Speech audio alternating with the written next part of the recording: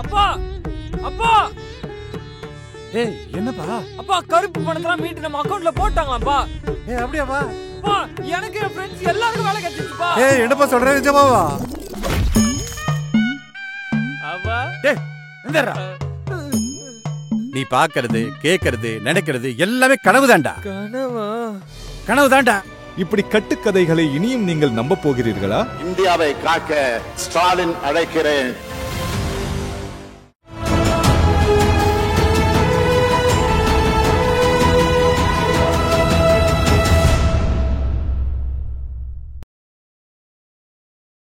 தமிழகம் நேயர்களுக்கு அன்பு வணக்கம். திராவிட முன்னேற்ற கழகத்தின் செய்தி தொடர்பாளர் திரு மதிவாணன் இணைந்திருக்கிறார். வாருங்கள் அவரோடு பேசலாம். சார் வணக்கம். இந்த கச்சத்தீவு விவகாரத்தை மீண்டும் பாஜக கையிலெடுத்து திமுகவை மிக கடுமையாக தாக்கியும் விமர்சித்தும் பேசி வருகிறார்கள்.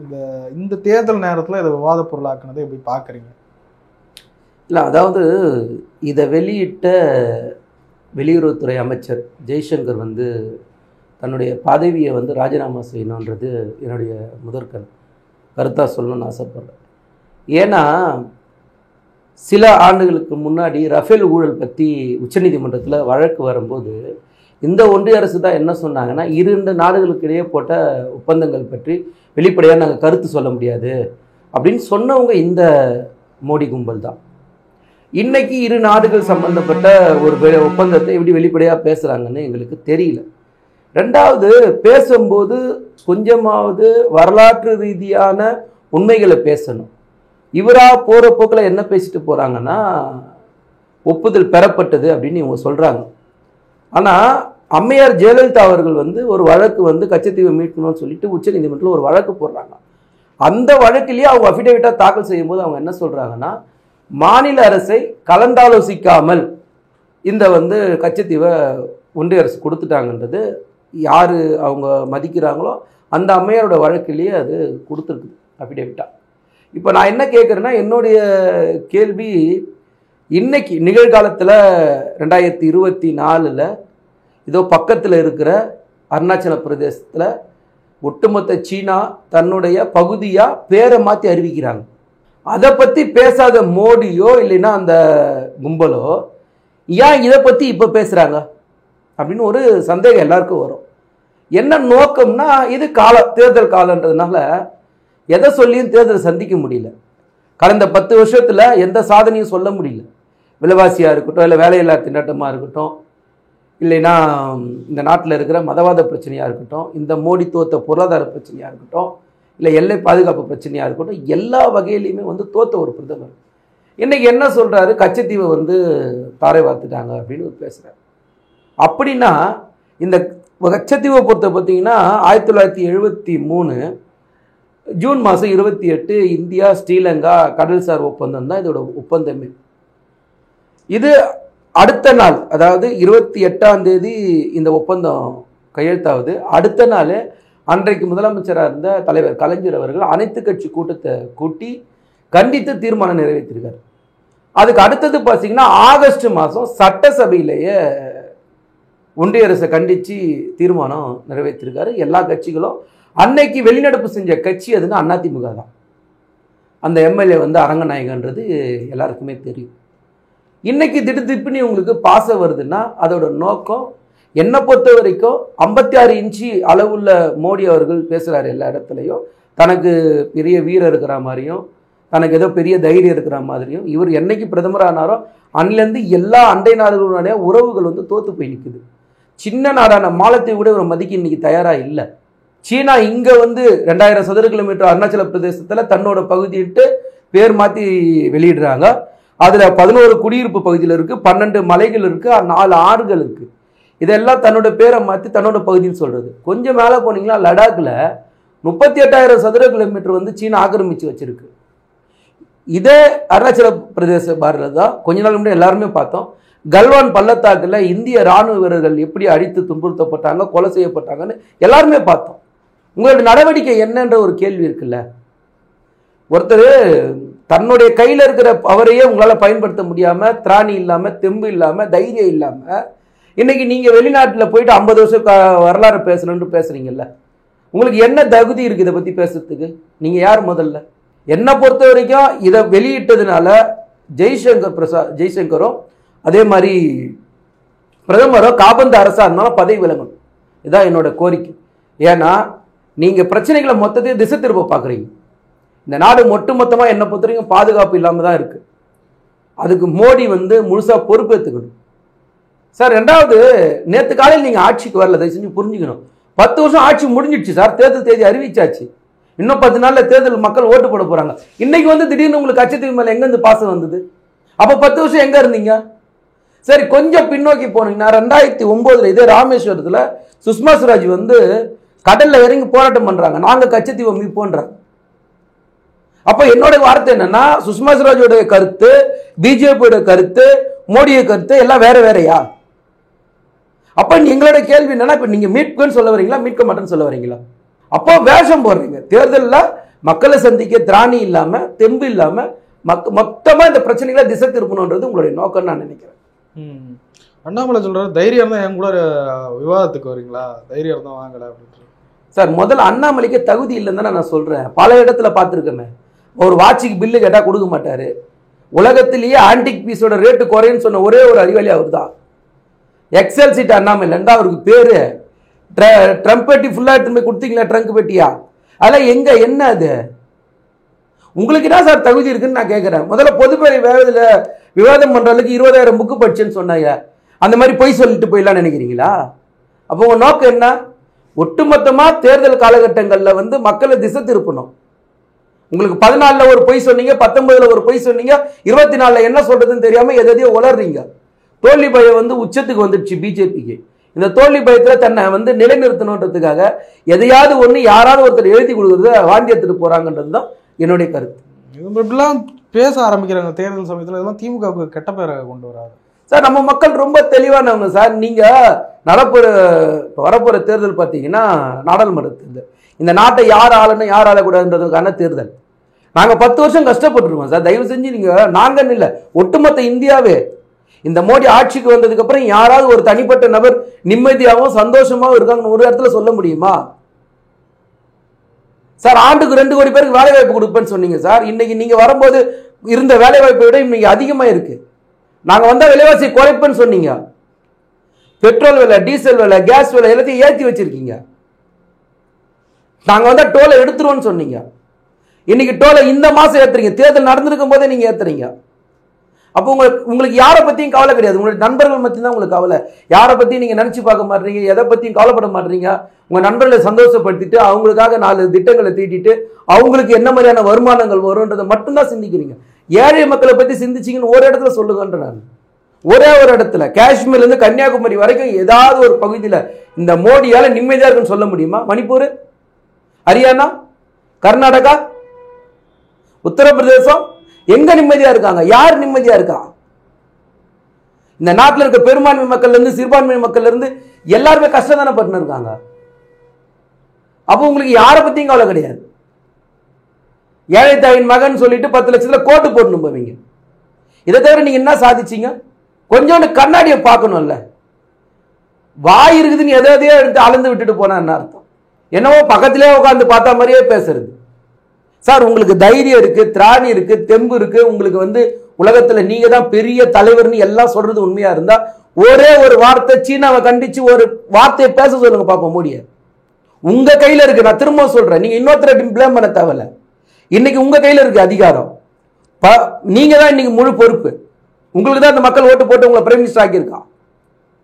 அப்ப அந்த மக்களுக்கு நீங்க என்ன செய்ய போறீங்க? இந்த இந்திய எல்லைகள்லாம் தூக்கி உங்க வருஷத்துக்கு குத்துட்டு போவீங்களா? நீங்க போய் அவங்கள பத்தி கேட்கிறேன், இவங்கள பத்தி கேட்கிறேன், இவங்கள பத்தி பேசுறேன்றீங்க. எதையாவது கேட்டா உடனே நேரு கிட்ட போகணும், காங்கிரஸ் கிட்ட போகணும். நீங்க என்னங்க செஞ்சீங்க இந்த 10 வருஷத்துல? அதை சொல்லுங்க சார். தேர்தல்ல கொஞ்சம் கூட மனசாட்சி இல்லாம போய் பேசிட்டு இருக்கு பிஜேபி. எங்க பார்த்தாலும் மக்கள் என்ன நினைச்சிருக்காங்கன்னு தெரியல. நீங்க இதுக்கெல்லாம் மொத்தமா நீங்க பாருங்க, ஜூன் 4ஆம் தேதி வீட்டுக்கு உங்க மக்கள் அனுப்புறாங்களா இல்லையான்னு பாருங்க. அண்ணாமலை கோயம்புத்தூர்ல ரொம்ப தீவிரமா வேலை பார்த்துக்கிட்டு இருக்காரு. எப்படி இருக்குன்னு நினைக்கிறீங்க வெற்றி வாய்ப்பு?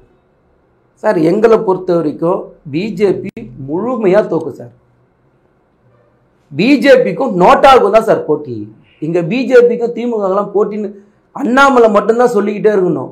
இந்த ஒரு சினிமாவில் வரும் தெரியுமா, நான் அம்பானி ஆவேன், நான் அம்பானி ஆவேன். அதே மாதிரி உட்காந்து நைட்டில் உட்காந்து புலம்ப வேண்டியதுதான். தமிழ்நாட்டு மக்களை பத்தி என்ன நினைச்சுக்கிறாங்க பிஜேபியும் அண்ணாமலையும்? நீங்க பண்ண பாவம் கொஞ்சம் கொஞ்சமா பண்ணிருக்கீங்க இங்க. சார் நான் திரும்ப சொல்றேன், பேசுற எனக்கு 100 ரூபாய் பெட்ரோல் மாதிரியும் அண்ணாமலைக்கு 50 ரூபாய்க்கு பெட்ரோல் மாதிரி பேச நான் பேச முடியாது. எனக்கு என்ன 100 ரூபாய் பெட்ரோலோ அதே தான் அண்ணாமலைக்கும். எனக்கு டீசல் 92 ரூபானா அதே தான் டீசல் 92 ரூபா. எங்க வீட்டுல போய் கேஸ் வாங்கினா 1000 ரூபாய், நீ போய் கேஸ் வாங்கினா அதே 1000 ரூபாய் தான். நீ பிஜேபி மாநில தலைவர்னால உனக்கு 500 ரூபாய் கேஸ் தர போறாங்களா? இந்த விலைவாசி யாரால வந்தது? எப்படி ஏறிச்சு? உங்க தலைவர் தானே ஏத்துனாரு சார். அதாவது இன்டர்நேஷனல் மார்க்கெட்ல 110 ரூபாய்க்கு டாலர் பேரல் வாங்கின காலகட்டங்களில் இந்த நாட்டில் பெட்ரோல் விலை 68 ரூபாய் தான் சார். திரும்பி சொல்றேன், 58 ரூபாய் தான் டீசல் விலை, 450 ரூபாய் தான் கேஸ் விலை. இன்னைக்கு இன்டர்நேஷனல் மார்க்கெட்ல பீப்பாய் வெறும் $65 வந்து வாங்குறீங்க. அப்ப நமக்கு எவ்வளவு கம்மியா ரேட் வர கிடைக்கணும் பெட்ரோல் டீசலும் கேஸும்? இடையில வர லாபத்தை யார் எடுத்துன்னு போறா? யாருக்கு கொடுக்குறீங்க? தனிப்பட்ட உங்க நண்பர்களுக்காக வாரி வாரி கொடுத்துருங்க. எவ்வளவு கொடுப்பீங்க? எங்க கிட்ட இருந்து கொள்ளடிச்சு எங்க பாயிண்ட்ல இருந்து திருடுறீங்க நீங்க எல்லா வகையிலையும். சாதிச்சுன்னு சொல்றதுல முழுக்க போய் நோட்டாவுக்கு கீழே ஓட்டு வாங்குவாரு அண்ணாமலை. 40 தொகுதியும் தோக்கும் பிஜேபி. எல்லா தொழிலும் டெபாசிட் இருக்கும். நீ கவலையப்படாது. நோட் பண்ணி வச்சுங்க இந்த தேதியை. நம்ம மக்களை வந்து ரொம்ப சாதாரணமாக நினைக்கிறாங்க. சில மாநிலங்களில் பேசிட்டு ஏமாத்திட்டு வந்துடுறாங்க பாருங்க. அந்த மாதிரிலாம் இங்கெல்லாம் நடக்கவே நடக்காது. நமக்கு முன்னாடி அவங்க கிட்ட டேட்டா இருக்கும். நினச்சி பார்ப்பாங்க 14 சொல்லி எப்படி வந்தீங்க, வளர்ச்சி நாயகன் சொல்லி தான் பொய்யான கட்டமைப்பு, பொய்யான பிம்பம். சோசியல் மீடியாவை கையில் வச்சுக்கிட்டு முழுசா ஏமாத்தி 14 ஆட்சிக்கு வந்தீங்க. 19 புல்வாமா தாக்குதல் இல்லைன்னா உங்க நிலைமை என்ன? இன்னைக்கு 24 என்ன சொன்னீங்க? நாங்க கோயிலை திறந்துட்டோம், அது பெரிய சாதனையா பேசுனீங்க. அது புஸ்வானமா போயிடுச்சு. நீங்க அது புஸ்வானமா போனவன என்ன பண்றீங்க? என்ன பேசுறதுன்னு தெரியாம, என்ன செய்யறதுன்னு தெரியாம உங்க இஷ்டத்துக்கு உளர ஆரம்பிச்சிட்டீங்க. அதனால ரொம்ப நாளைக்கெல்லாம் உங்களோட இது வந்து நீடிக்காது. என்னை பொறுத்த வரைக்கும் இந்த தேர்தலில் தமிழ்நாட்டு மக்கள் தக்க பாடம் சொல்லுவாங்க. ஒட்டுமொத்த இந்தியாவுமே வந்து மோடியை வீட்டுக்கு அனுப்பும். சில பாஜக சொல்றாங்க களம் வந்து திமுக வர்சஸ் பிஜேபின்ற அளவுக்கு மாறி இருக்கு அப்படின்றாங்க. எந்த இடத்துல? தமிழ்நாட்டில் சார். திரும்பி சொல்றேன் சார், எல்லாரும் ஒத்த ஓட்டு கட்சி பிஜேபின்னுவாங்க. நான் நோட்டாவுக்கு ஓட்டு கீழே வாங்குற கட்சி பிஜேபின்னுவாங்க. நான் சொல்றேன் சார், அது 0 ஓட்டு கட்சி சார். அது தான் வேட்பாளரே தனக்கு ஓட்டுக்கு போட்டுக்க கூட தைரியம் இல்லாத கட்சி சார். அது 0 ஓட்டு வாங்கிச்சா வாங்கலையா சார்? ஊரக உள்ளாட்சி தேர்தலில் கூட ஒரு ஒத்த ஓட்டு வாங்க துப்பு இல்லை உங்களுக்கு. நீங்க மாநில நாடாளுமன்ற தேர்தலில் வந்து நீங்க ஓட்டு வாங்கிடுவீங்களா? மக்கள் உங்களுக்கு போட்டுருவாங்களா? நீங்க பண்ணது கொஞ்சம் கொஞ்சமா பண்ணி வச்சிருக்கீங்க. 10 வருஷத்துல 100 வருஷம் இந்தியாவை பின்னாடி எடுத்துன்னு போய் வச்சிருக்கீங்க சார். பிரதமர் கிட்ட சாதனைன்னு ஒண்ணு இருந்தா சாதனையை சொல்லி ஓட்டு கேட்பாங்க சார். இப்படி பழைய வரலாறு, 50 வருஷம் வரலாறு, 100 வருஷம் வரலாறு அவர் பேச வேண்டிய அவசியமே இல்லையே. நீங்க இந்த செகண்ட் வரைக்கும் ஏதோ ஒரு குறிப்பிட்ட பிரச்சனையை மோடி அவர்கள் பேசுறாரு, இல்ல அண்ணாமலை அவர்கள் பேசுறாருன்னா அதுக்கான தீர்வை என்னைக்காவது பேசியிருக்காங்களா? பொய்யான வாக்குறுதி, பொய்யான வாட்ஸ்அப் தகவல்கள், இதை மட்டுமே வச்சு காலத்தை ஓட்டம்னா எவ்வளவு நாள் ஓட்ட முடியும்?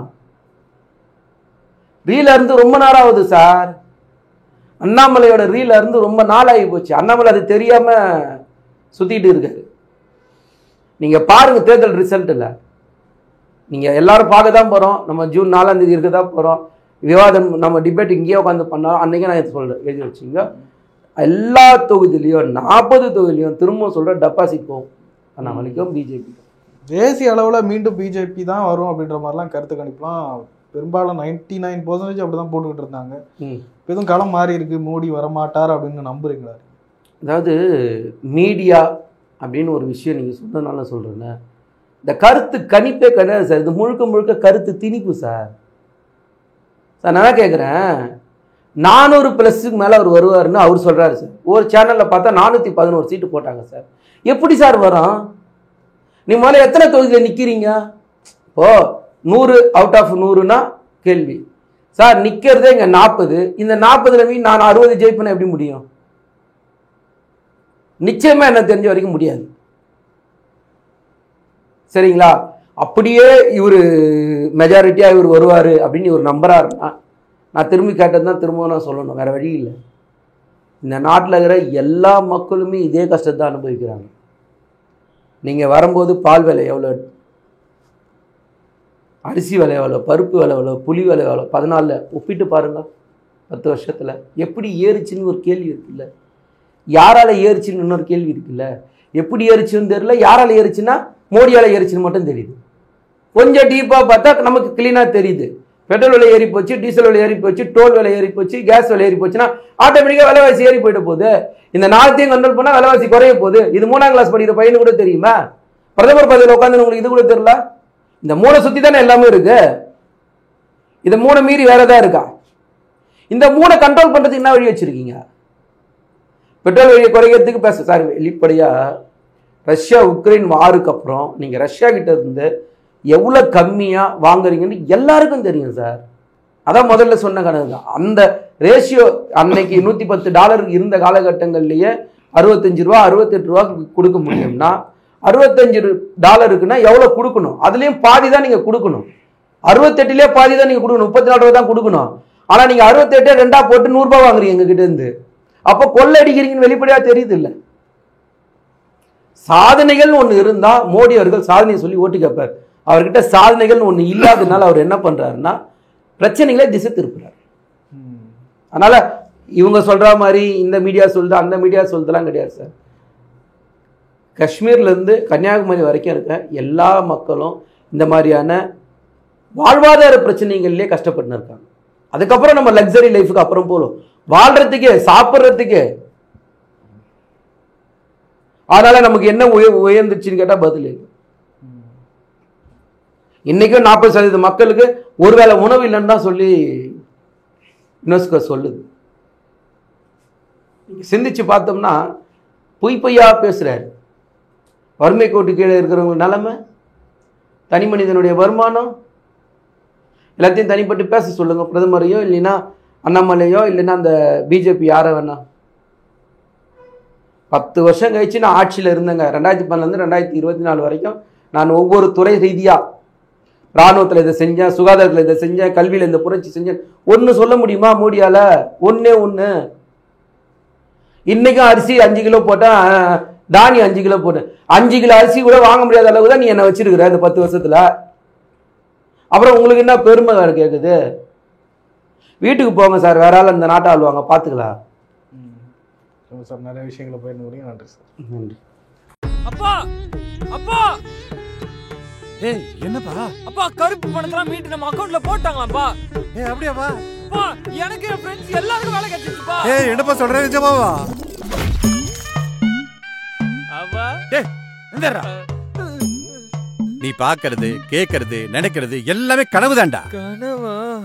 கனவுதான்டா. இப்படி கட்டுக்கதைகளை இனியும் நீங்கள் நம்ப போகிறீர்களா? இந்தியாவை காக்க ஸ்டாலின் அழைக்கிறேன்.